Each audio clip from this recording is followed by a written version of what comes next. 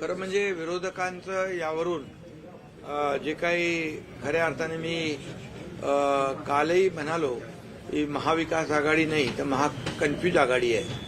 म्हणजे काय त्यांना बोलावं आणि काय करावं हे सुधरत नाहीये. त्यामुळे खऱ्या अर्थाने ही जी काही त्यांची मागणी आहे निवडणुका पुढे ढकलण्याची, यावरून त्यांना त्यांचा पराभव समोर दिसू लागलेला आहे आणि त्यामुळेच त्यांच्या पायाखालची वाळू सरकली आहे.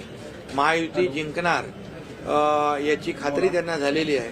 कारण विधानसभेच्या नुकत्याच झालेल्या निवडणुकीमध्ये महायुतीने प्रचंड मोठं यश मिळवलं आणि महाराष्ट्रातल्या जनतेने, लाडक्या बहिणींनी, भावांनी, शेतकऱ्यांनी त्यांना विरोधी पक्ष नेता बनण्या इतकं देखील संख्याबळ मिळू दिलं नाही. यावरून त्यांची मानसिकता जी आहे, खचलेली मानसिकता आहे आणि निवडणुकांना सामोरं जाण्याची त्यांची हिंमत दिसत नाहीये आणि त्यामुळेच अशा प्रकारची मागणी किंबहुना अशा प्रकारचं वक्तव्य त्यांच्याकडून होतंय असा. आणि